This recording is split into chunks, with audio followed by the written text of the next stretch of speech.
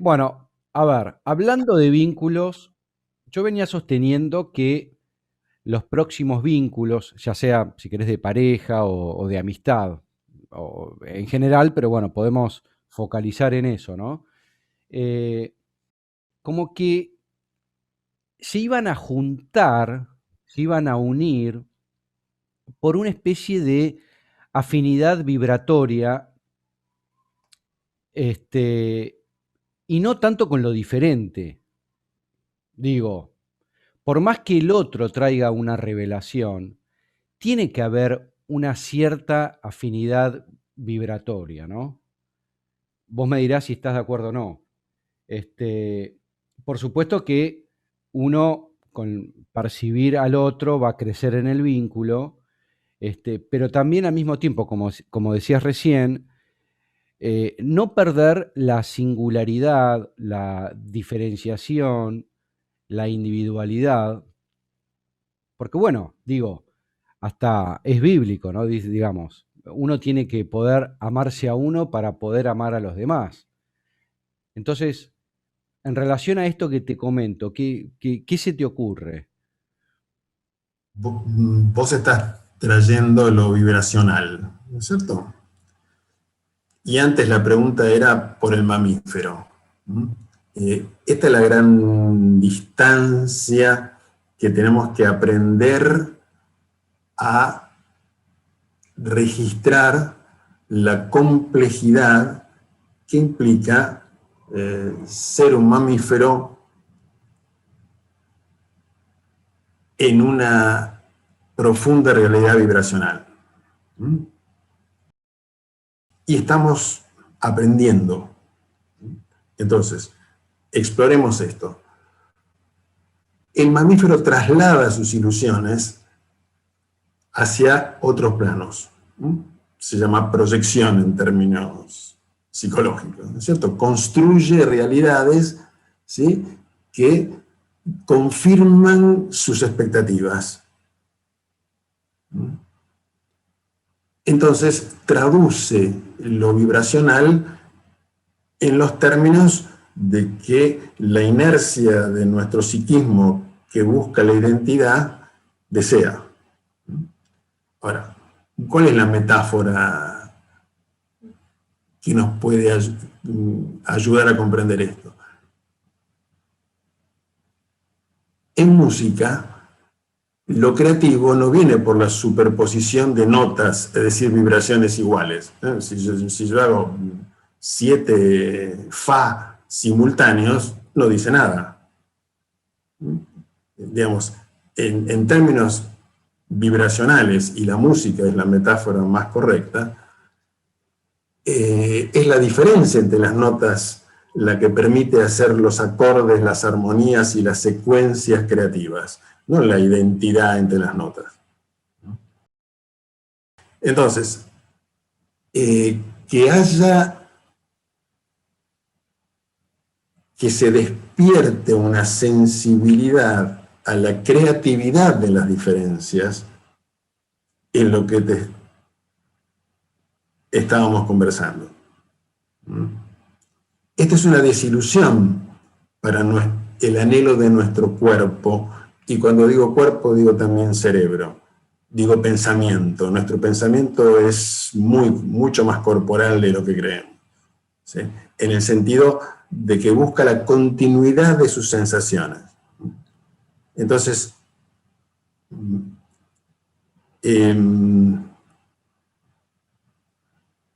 resonar con otro no significa ser idénticos, significa ser vibratoriamente armónicos. Y eso significa desarrollar una sabiduría acerca del encuentro armónico entre lo diferenciado. Es una sabiduría que tenemos que desarrollar. La desconocemos por completo. Nosotros creemos que si nos diferenciamos nos alejamos. Pero si miramos las galaxias, lo que se aleja aparentemente en otro plano resuena, encuentra las armonías más adecuadas. Esa es la metáfora a la cual te quiero llevar. Me encantó la metáfora musical. Y me gustaría, a ver, desde lo musical, tal vez complejizar esto. Por ejemplo, digo, ¿no? Uno está acostumbrado a que haya una armonía, por ejemplo, entre terceras y quintas. Entonces, por lo menos desde el mundo occidental, si nos vamos a la música india, por ahí se manejan hasta cuartos de tono, etcétera, ¿no? Pero digo, en todo caso, el desafío sería eh, empezar a resonar con séptimas, con novenas, que por ahí no son tan agradables al oído, por lo menos a lo que estamos acostumbrados o que nos acostumbraron dentro, digamos, de nuestro inconsciente colectivo. Totalmente. O sea, terceras y quintas es una música cuadradita. Digamos, si vayamos acá nomás a Brasil al lado, la bossa nova está toda hecha de séptimas y novenas, ¿sí? Y es una música hermosísima, ¿sí? Por supuesto, es un aprendizaje en el que nos podemos dar cuenta de que hay un anhelo de fusión simplificadora dentro nuestro que le tiene miedo a una creatividad complejizante. Tenemos que atravesar ese miedo. Tenemos que atravesar el miedo desde lo más global a que civilizaciones diferentes tienen puntos armónicos de encuentro. Y desde lo más personal es que todos sabemos que mamá, papá y yo nos sentimos igual. ¿Cuándo lo sabemos? Cuando somos niños estamos convencidos que sentimos lo mismo. La cultura nos refuerza esa sensación, pero cuando crecemos todos sabemos que papá, mamá y yo sentimos diferente. Sentimos diferente, no pensamos diferente. Reaccionamos diferente ante el mismo estímulo.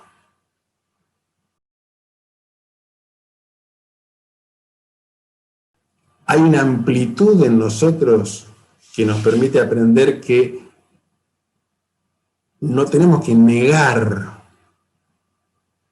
que sentimos diferente, no tenemos que negar que reaccionamos diferente ante el mismo estímulo, sino que podemos abrirnos a la realidad, a la autenticidad, que sintiendo diferente nos seguimos amando.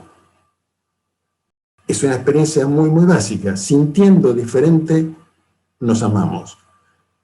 Y quizás, y esta es una experiencia que cada ser humano tiene que atravesar,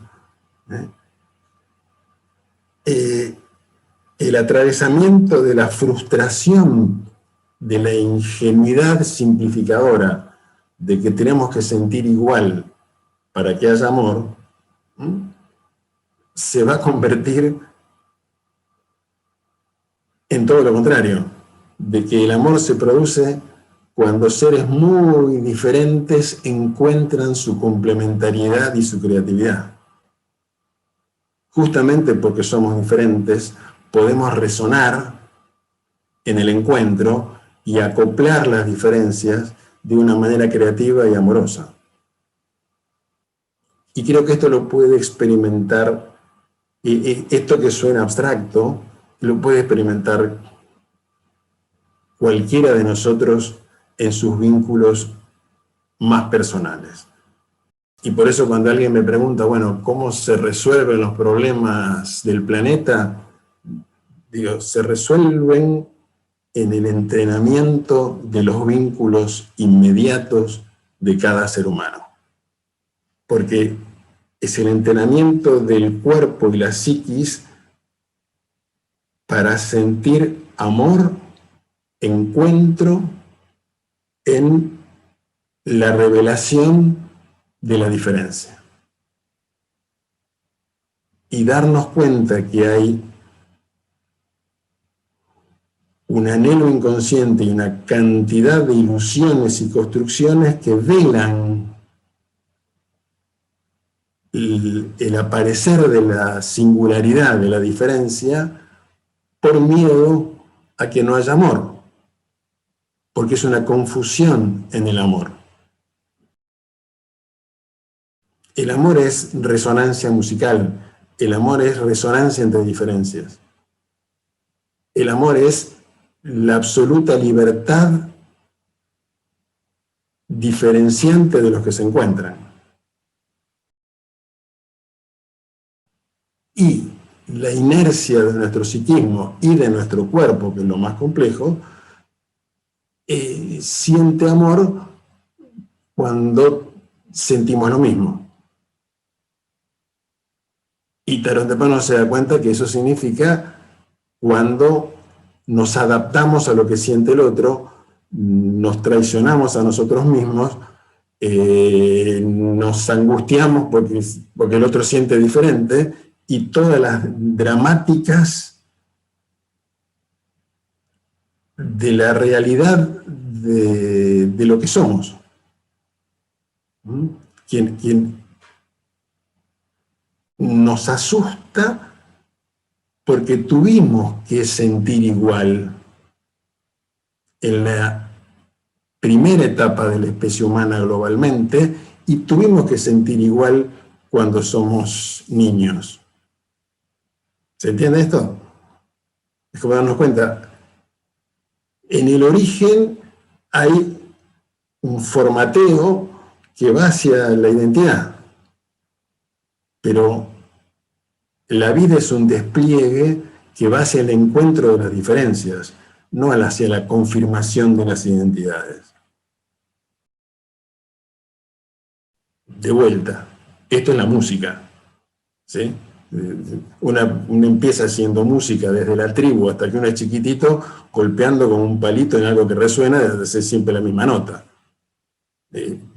Porque ahí aprendemos a generar algo. Pero cuando algo se complejiza, el anhelo es acoplar notas y ritmos y frecuencias cada vez más ricas y diferentes, y ahí se produce una gratificación que es belleza. Bueno, hagamos música íntima, música entre nosotros. Aprendamos a acoplar, aprendamos a disfrutar de que aparece en vos algo que me lleva, que me contradice en la confirmación, pero que me permite descubrir algo nuevo. Cómo acoplo con lo que vos traés, cómo vos acoplás con lo que yo traigo. Una cosa más, hoy nos damos cuenta por internet como la complejidad de las diferencias humanas ha hecho que en las redes nos repleguemos hacia las tribus. ¿Cierto? Hay tanta información que se forman tribus de vuelta. Y nadie quiere escuchar a los que piensan diferente, sino que busca ansiosamente en las redes a los que piensan igual y que le confirman las mismas ideas.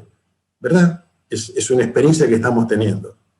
Bueno, además está orgánicamente armado desde, digamos, en Google se manejan hasta robots donde ven tus búsquedas y ahí de alguna manera se genera un mundo virtual donde uno siempre va a encontrar lo que estaba buscando antes. Entonces, no se ven las diferencias. Bueno. Entonces, si me permitís,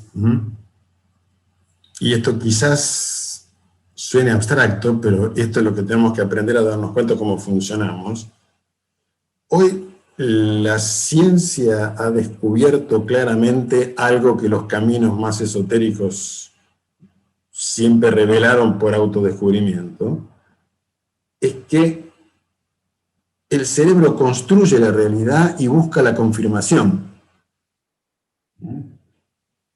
Entonces, es más económico para el sistema nervioso tener ya mapas de lo que va sucediendo afuera, ¿sí? Y a lo sumo corregirle un detalle u otro detalle. Es decir, el cerebro está buscando confirmación y eventualmente corrige cuando encuentra una discrepancia. Que es lo mismo que está haciendo Google con nosotros. Pero no es la maldad de Google, es cómo funcionamos, ¿sí? Buscamos confirmación. Y eso nos empobrece. Tarde o temprano nos lleva al antagonismo, nos lleva a mayor separación. Justamente, ¿cuáles han sido las tradiciones de indagación profunda acerca de la estructura del ser humano? Bueno, entrenar al cuerpo y entrenar al sistema nervioso para que no busque continuidad y confirmación, sino que no se asuste ante aquello que no lo confirma, que no se repliegue ante la información nueva que contradice lo que yo tengo construido. Llevemos a lo concreto, que no me asuste, que mamá no se asuste cuando la nena o el nene muestran que son muy diferentes a sus expectativas.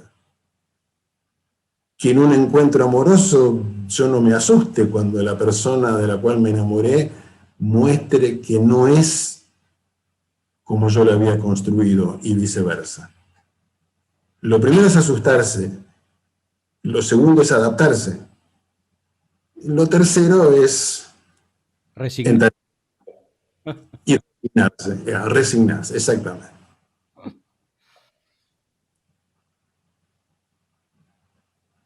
Este es un entrenamiento, a ver, ahí es donde quiero decir, los vínculos más cercanos son un entrenamiento profundo para el sistema nervioso. Porque es el darse cuenta de que estamos hechos de dos procesos necesarios. Uno es el que busca confirmación. El otro es el que registra nueva información. El lado que busca confirmación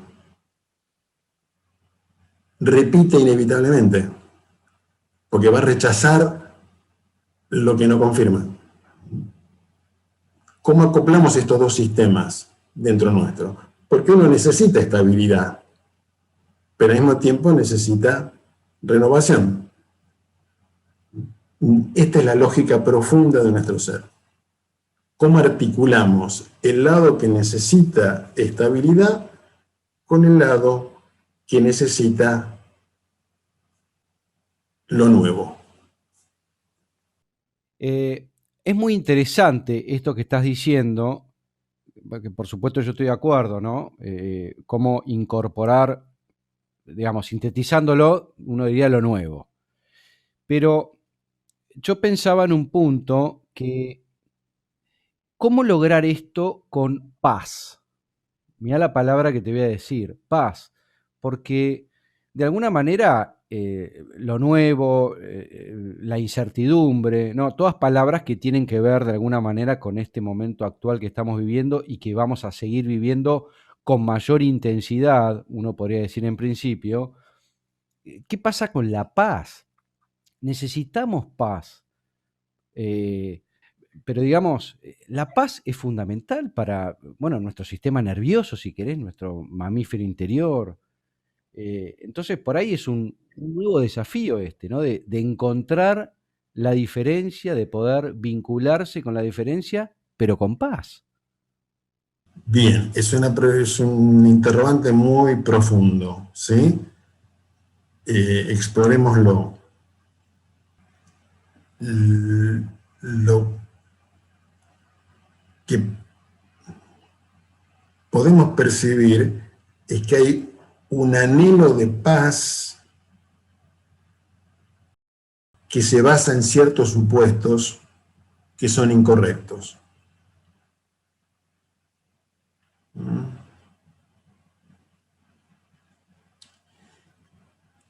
¿Por qué? Porque interpreta como conflicto el aprendizaje. Hay una paz que tiene más que ver con una inercia y con una cierta pereza o estado de dormido, de no despierto que hay en nosotros. Una inmadurez del sistema nervioso, una inmadurez de la especie que está pasando de una etapa a la otra, que está en el fin de la infancia, ¿no? Que lo que le era permitido en una etapa, ya la realidad no se lo permite. Entonces, distingamos niveles. Si podemos meditar profundamente en que hay supuestos erróneos que nos hacen sentir como conflicto lo que en realidad es creatividad,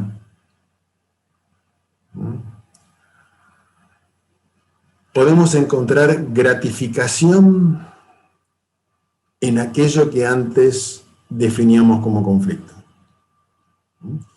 Esto implica generar un espacio dentro de uno, un espacio dentro nuestro, en los vínculos, ¿no? Que nos permita aceptar lo que no queremos aceptar de los otros. Aprender a aceptarlo. Este es un aprendizaje. ¿Sí?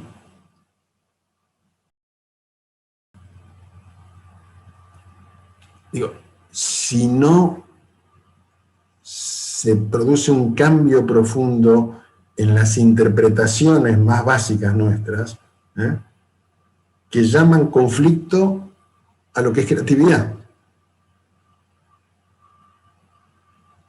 ¿Se entiende esto? Digamos, este es un error profundo del sistema. Entonces, siente como conflicto y como amenaza algo que es creatividad. Tengo que transitar ese aprendizaje. Como todo aprendizaje genera un grado de tensión, pero tensión no es conflicto. Tensión es una transición, es aprender a lo que antes me resultaba displacentero, hoy voy descubriendo que es realmente placentero. Si vos lo pensás, todo nuestro ser va descubriendo continuamente de que lo que le era placentero en la infancia ya no es placentero porque aparecen otras gratificaciones que eran inconcebibles en la infancia. ¿Se entiende esto que digo? Entonces, tiene que aparecer una alegría en el aprendizaje, y tiene que despertar en nosotros un anhelo de aprender en los vínculos. Y esto es lo que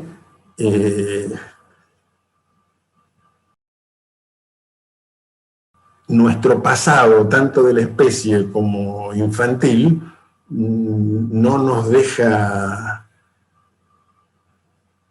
espacio, porque tenemos que meditar profundamente que toda relación es un aprendizaje, no un encuentro mágico que se da por sentado y se produce sin que nadie tenga que aprender nada. O sea, nuestra especie se convenció que lo que tiene que aprender son cosas técnicas, son matemáticas, historia, aprender a tocar un instrumento, pero no tiene que aprender a vincularse. Esto es eh, la distorsión profunda. Estamos dispuestos a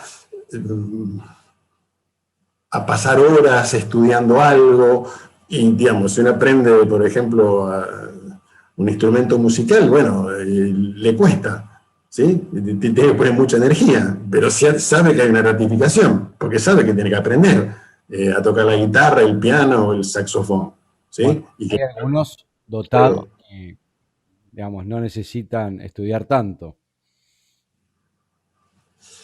sí, los más dotados pueden necesitar estudiar tanto, pero de todos modos se van a tener que, si quieres aprender a tocar la guitarra, los dedos te van a doler al principio, ¿sí? Y sin duda, hasta que se te forme el callo. Esto quiero decir, es la pasión por el aprendizaje lo que hace que se atraviese aquello que es aparentemente displacentero, se convierte en tremendamente gratificante. Si no se despierta la pasión por el aprendizaje vincular, ese anhelo de paz que vos decís es un anhelo infantil. Hay que cambiar profundamente el supuesto. La relación, toda relación es de aprendizaje.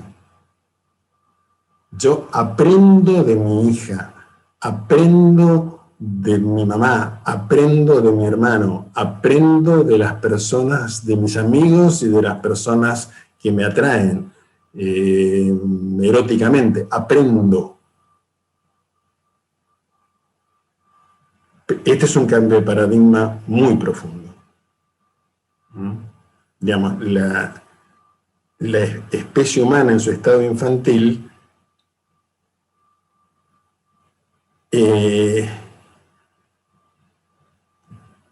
tuvo que obturar el aprendizaje vincular para generar un aprendizaje con la dificultad de la naturaleza y de los demás seres humanos y todo lo demás, ¿sí? Entonces el aprendizaje vincular lo veló.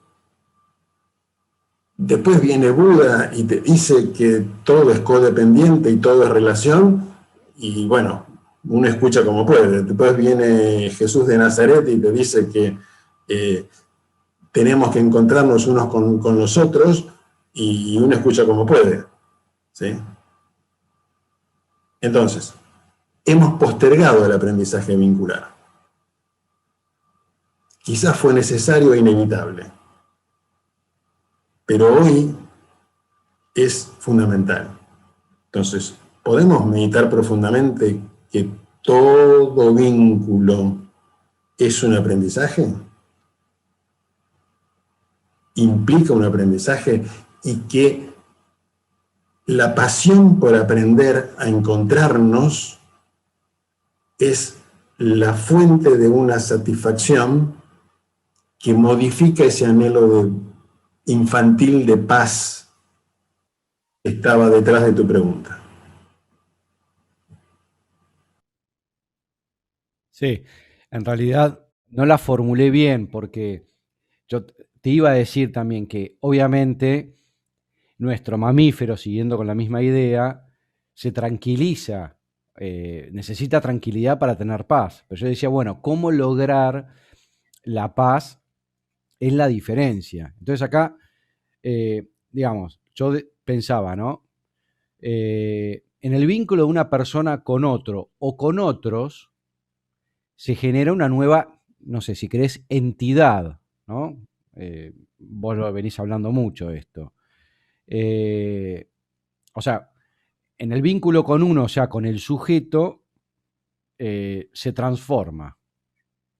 Entonces vos en su momento dijiste que el yo es un estado de la mente y el vínculo es otro estado. Pero ¿qué pasa también con el deseo propio? Porque uno tiene deseos.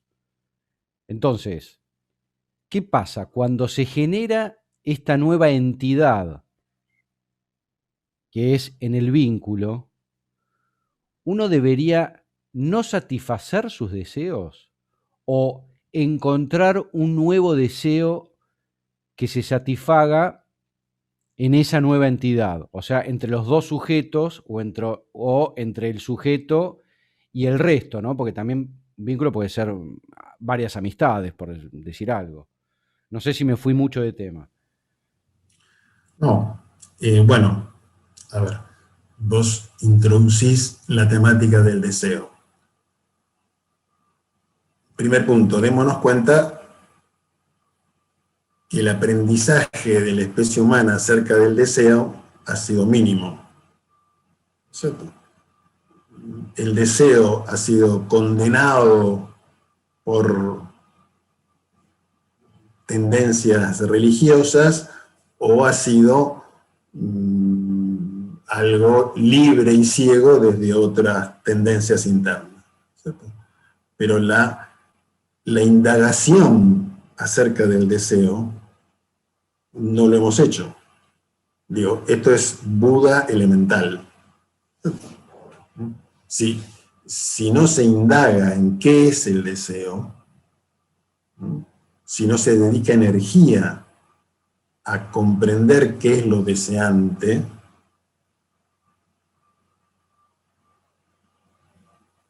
es imposible responder a tu pregunta.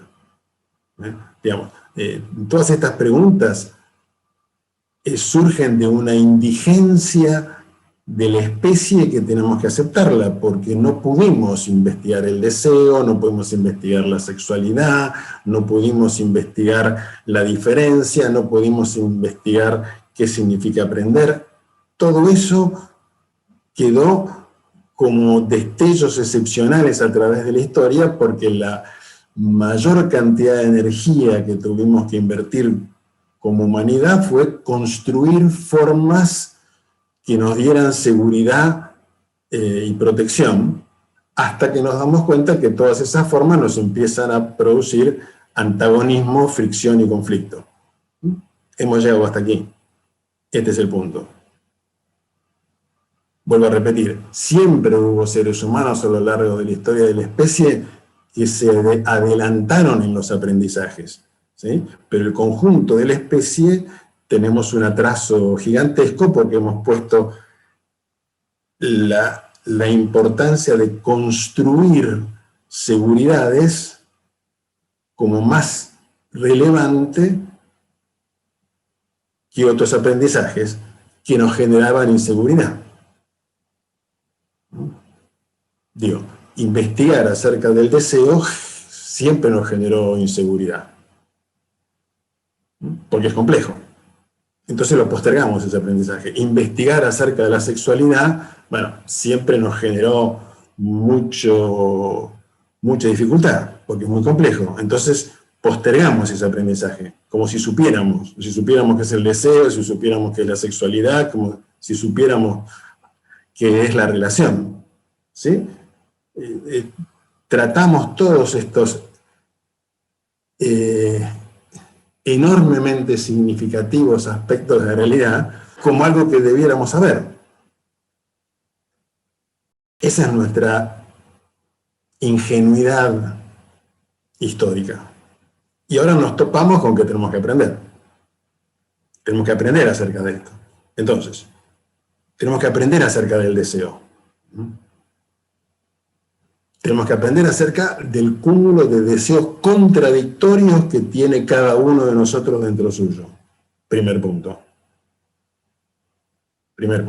Porque eso de que mi deseo es ese deseo es una fantasía. O sea, si cada uno de nosotros no se repliega sobre sí mismo en el sentido, no se repliega, indaga sobre las ambivalencias y contradicciones de lo que llamamos mi deseo, bueno, la conversación es muy pobre. Ese es el primer punto. Ahora, si nosotros aceptamos la complejidad de nuestro deseo, podemos empezar a aceptar la complejidad del deseo de los demás y la complejidad de la interacción de los deseos. Entonces se convierte en algo complejo y delicado, que hay que aprender, que no se puede saber porque sí. ¿Vamos bien? Entonces, si yo me dispongo a aprender del deseo, bueno, está el deseo de mamá y está el deseo del nene o de la nena. Está el deseo de papá, ¿sí? Y sabemos que esos deseos son contradictorios. Y después está el deseo de los amantes que suponen que desean igual. Es un supuesto ilusorio, no deseamos igual. Tenemos que aprender a descubrir qué es el deseo en el vínculo. Hay un deseo de encuentro profundo en cada uno de nosotros que pueda articular la supuesta frustración del supuesto propio deseo en un anhelo de encuentro que tenga el espacio de frustrarse creativamente en la alegría de la diferencia del otro ser.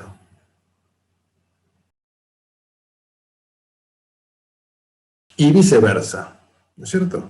Porque si los dos seres que están en encuentro encuentran el espacio para sentir la gratificación de la frustración creativa del propio deseo, porque aparece algo mucho más lindo que es el encuentro.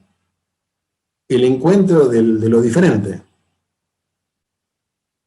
No la satisfacción ilusoria de lo que uno cree que es lo mismo. Que es que queremos lo mismo. No queremos lo mismo. Queremos con diferencia. ¿Podemos explorar eso? ¿Podemos dedicarle energía a esa exploración? Y para mí es mucho más importante dedicarle energía a eso que dedicarle energía a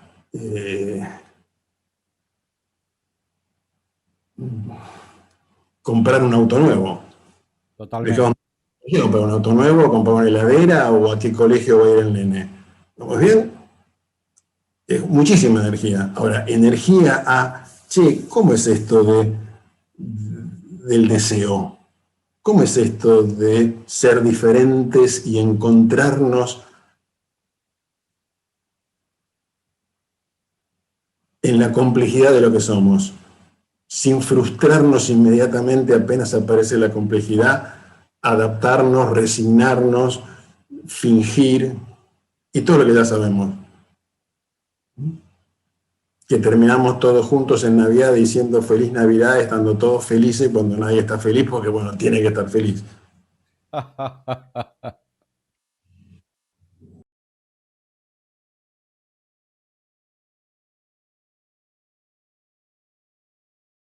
En términos astrológicos sería de alguna manera desterrar Neptuno, o mejor dicho, Luna-Neptuno. Todo el tema del...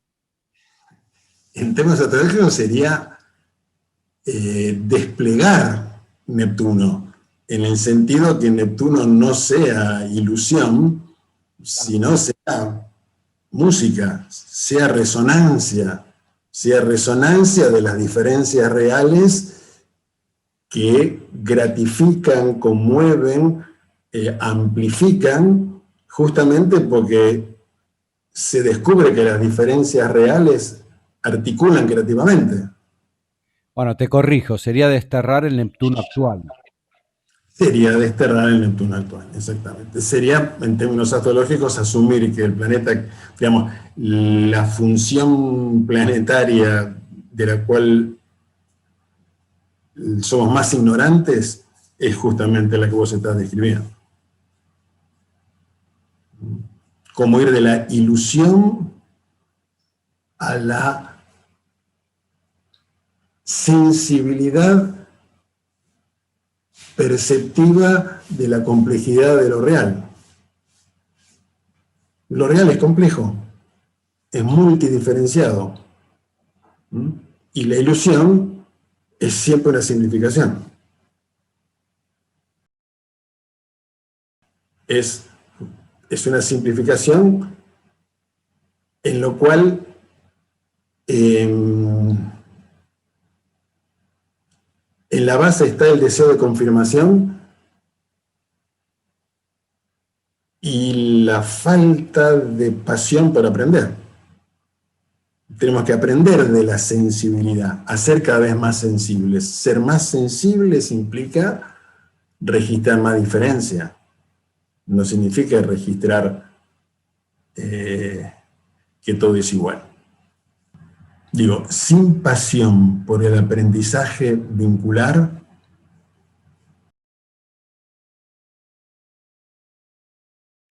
este planeta no tiene solución para nosotros. Fíjate el salto que estoy dando, ¿no? Aparente salto. Porque siempre va a ser antagonismo. Siempre va a tener que alguien dominar a alguien. Siempre vamos a sentir la injusticia de que seamos diferentes. Si somos diferentes, ¿cómo articulamos la diferencia? ¿Cómo nos enriquecemos en la complejidad? Esto es aterrador. Como es aterrador el primer día de colegio. Cualquiera de nosotros, el primer día que fue al colegio, estaba aterrado y miraba para atrás donde estaba mamá. Es aterrador. Cualquier transición de aprendizaje profundo es aterradora. Tenemos que naturalizar las transiciones de aprendizaje. Entonces, ¿cómo comprendemos la dificultad y la complejidad de lo que vos decís, la incertidumbre del presente? Tenemos que distinguir que hay una incertidumbre que es creativa, que es la incertidumbre del aprendizaje.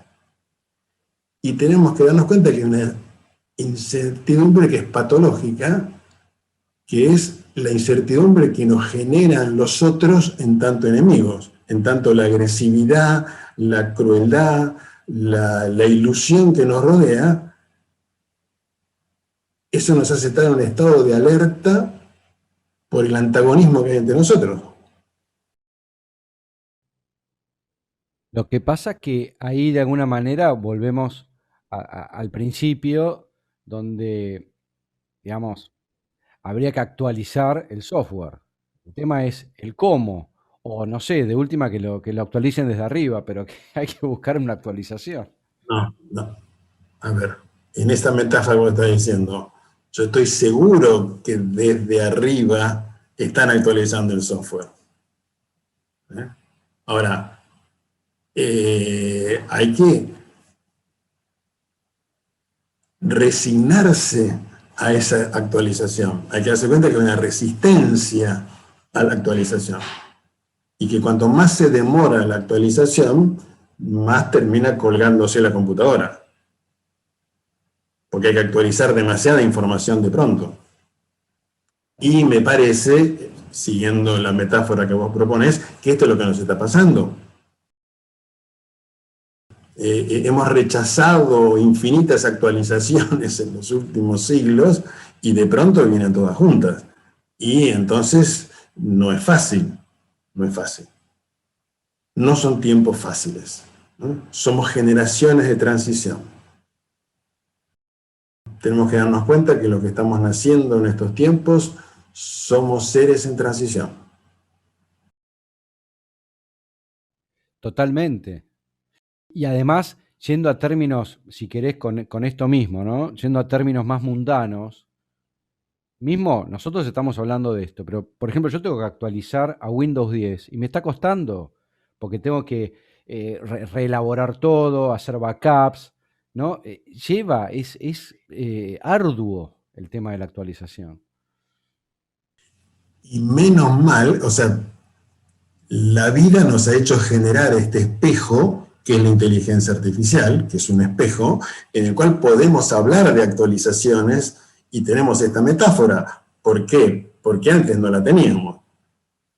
¿Sí? Había que ser un ser excepcional para poder concebir que entregarse al universo amorosamente era dejarse transformar, era dejarse actualizar el cerebro.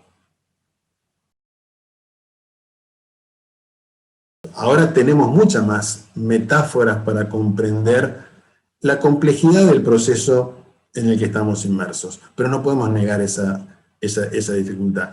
Digamos, si hay un anhelo infantil de que seremos salvados por algo que no nos va a implicar un enorme sentido de responsabilidad y un gran trabajo.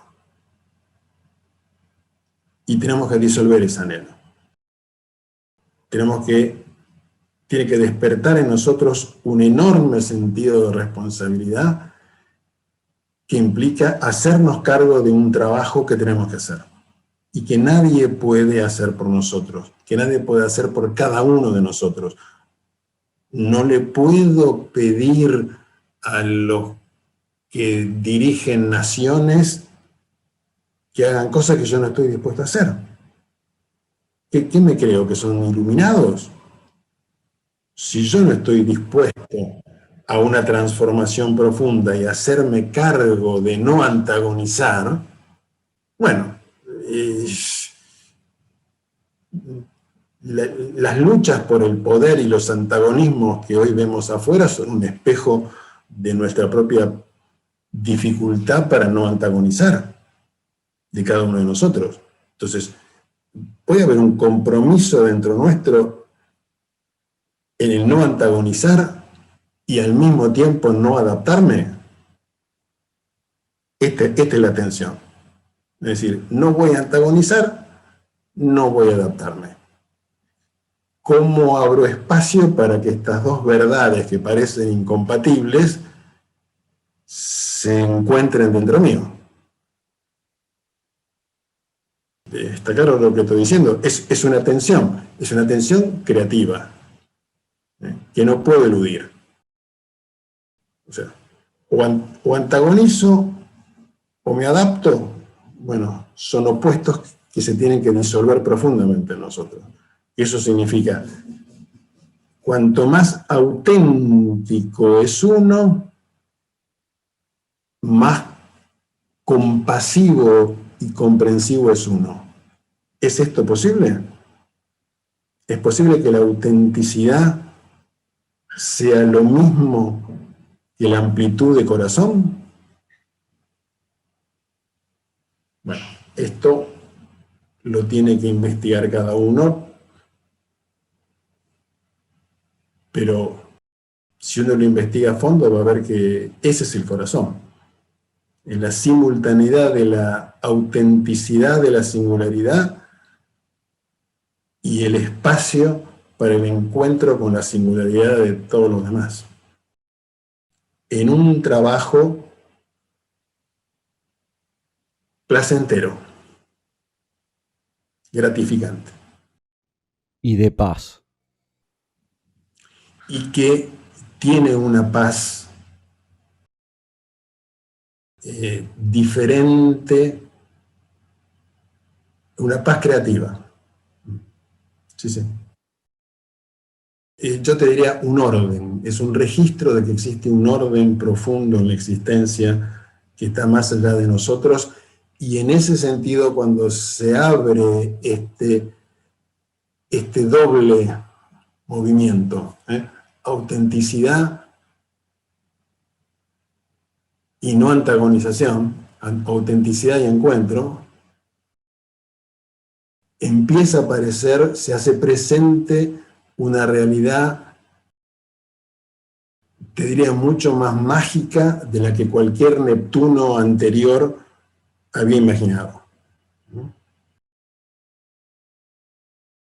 Pero es una magia que aparece atravesando esta tensión creativa, no sin ella. Me encantó.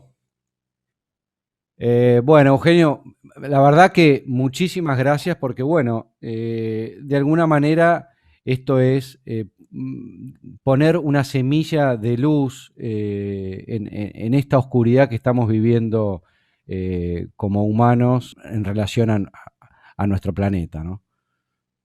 Lo que podamos dialogar a partir de preguntas pertinentes para esta situación que vos estás enunciando es algo necesario, imprescindible, atreviéndonos a que ocurran diálogos de una creatividad y una profundidad que nos vamos dando cuenta que son necesarias. Es muy importante que se extinga el diálogo superficial entre nosotros los humanos y surja cada vez más un anhelo de diálogo complejo, rico, creativo, y que vaya abriendo nuevas preguntas y nuevas posibles respuestas en cada encuentro. Así que gracias por preguntar.